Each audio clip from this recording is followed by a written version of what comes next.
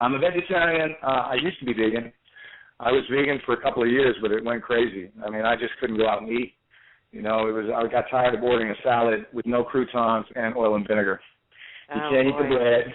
You know, you can't eat really anything because of the animal byproducts. Right. The dairy. It's mostly dairy. But anyway, I was getting a little off topic, but the truth is I haven't been in touch with PETA for a couple of years. It wasn't my favorite campaign. It's, I mean, think about this. When you have at the time I think Lola was 3, I believe. She looked about that age. But you try explaining to a 3 or 4-year-old when you pass by Ringling Brothers, and the kid goes, "Oh yeah, you're son of the circus, Dad." You go, "Look, honey, the elephants are mistreated with the bull hooks, right? They don't feed animals properly. I mean, and they look at you like, what? Just take me to the damn circus." Right. You know, you got to ease over. Now she understands. Yeah. You know, now she understands. She doesn't want to be a vegetarian, which is cool with me. You know, she has her own life. I don't buy her meat. I won't take her out and buy her a burger. You know, it's just we could get on a long conversation about farming animals in this country, and it's probably not the right conversation to do that. No, that's okay. I just thought she was adorable in that too. How old is she now? Lola is 9. 9, okay. Yeah, so that was a few years ago, and I'm sure she's still adorable. I think we should move on and take a couple calls because it's getting to be the top of the hour. Is that okay with you? Of course, absolutely. Okay. First up, we have David. Say hello, David. Hi, Kristoff. Hey, David. Hey, David. How you doing, my man? I'm doing fine. How are you doing, sir? It's a wonderful evening. As I was explaining to the ladies, Pam and Dawn, Thanksgiving is right around the corner. This is a great week and a great time of year, so I hope you're enjoying it, my man. I am, and I'm enjoying Y&R, and I'm enjoying what's happening with Neil. Well, thank you. I appreciate that. Give me first what you didn't like before, not necessarily about me, but just the show in general. What have you been suffering from when you've been watching the show? What I didn't like? I think because nothing seemed to be pieced together well. Right. Okay, so disjointed. You felt the show was disjointed. Yeah, a little bit. Right. Okay, that's fair. And now, really, what's the thing you most like when you turn on Y&R? I see more uniformity, a little more structure. Yeah. More characters.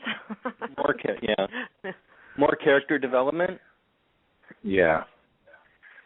Sure. Yeah, there's less storylines seemingly now that are started, and then you don't hear from them for 6 weeks, 3 months, right. And all of a sudden they do one scene, which is what I was suffering from, especially this year with Harmony, with Debbie Morgan. You know, we would kiss on, June, the first week of June, and then they'd see us on the basketball court, the last part of July. Yeah, I hear you, man. Cool. So what's your question today, buddy?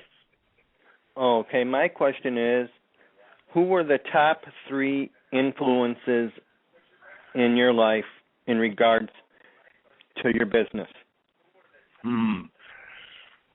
Okay. Interesting question. And right off the top of my head, I mean, my guts are usually the right response. So my mom and dad, my stepmother and my dad. My dad, Kristoff St John, he's a journeyman. He started in the 60s in New York. He started in Shaft with Richard Roundtree. I believe he's a giant and a titan, a very inspired, talented man. He had the biggest influence on me growing up. My stepmother, Maria, she's from England. She studied at the Royal Academy of Dramatic Arts. She started educating me with reading at the age of 4. By the time I was 5 or 6, it really only took a year, I was reading adult books, and that really helped me when I would go in and audition for parts. Right.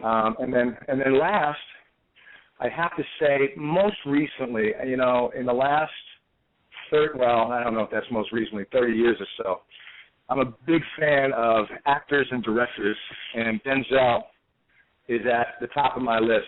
Not because he's an African-American, black, anything like that. Although that doesn't help. He's just such a gifted guy. You know, he's able to, you know, show you what he's thinking, what he's going through in just a single moment. I just saw Flight a couple of weeks ago, and silently, wordlessly, he's able to express things that it's very difficult to do that as an actor. And then Spike Lee is one of my favorite directors, you know, but again, I'm just picking kind of out of the hat right now.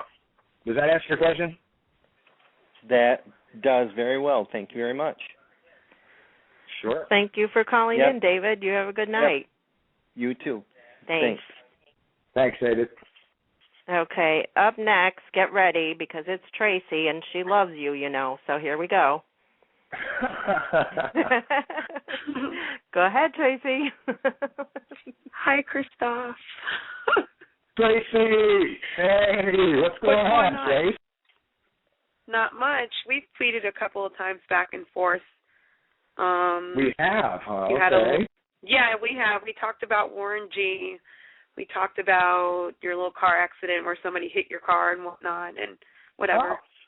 Yeah, sure. Someone did hit my car not too long ago, and Warren G. was, that was at a 14-year-old's bar mitzvah. The parents, they had Warren G., Baby Dash, and, oh, my God, I'm blanking on the other group. G6. Who did G6? Anybody? Pam, Jon? Nope. You're on your own on this one. It was Far East Movement. Yeah. Oh, okay. Anyways, so I have a question. Okay, good. Your ideal female lead partner would be who? Anyone in the industry? My ideal female lead would be interesting. Well, used to be Tandy Newton. Mm-hmm. Gorgeous. Man, that's a toughie. Right now, I mean, Kerry Washington. There's a few. Oh my God, you could so go on Scandal, and you could be her love interest. That would be so freaking awesome. Yeah, I like that show, and I'd love to be on it. Anything that Shonda Rhimes touches seems to be pretty good, and I'd like to work for her. But there's a couple of them for you at least, you know. Okay, I could see that happening. But yeah, Scandal. Ooh, that would be hot. That would be hot. Yeah, I would thank like you. to That's see cool. that big time. Yeah, well, keep up the good work. I've been watching you since, like, you were on the show since, like, 1990, right? 91?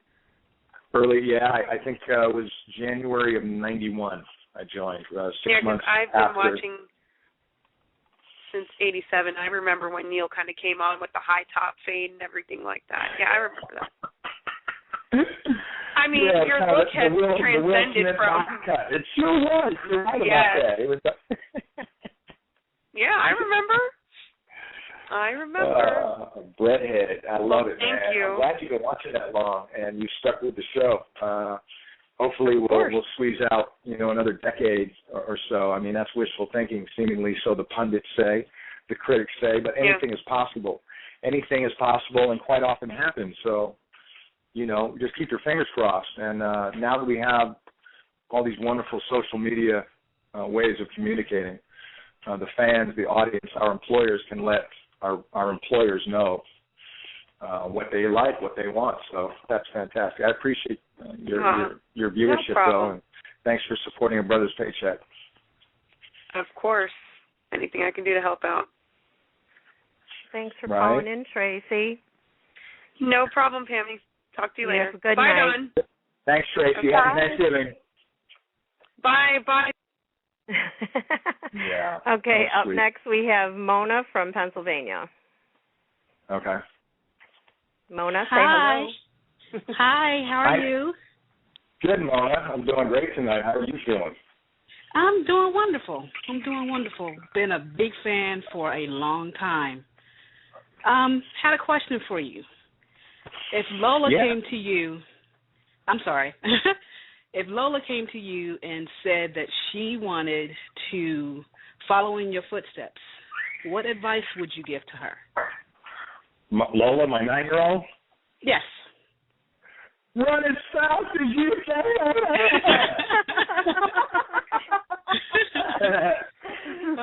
And, I mean, bottom line is the kids are going to do exactly what they want to do anyway. And with a little guidance and steering from the captain of the ship, although that's temporary for me, right. I got to. They're the captains of their own ships. Oh my goodness, yes.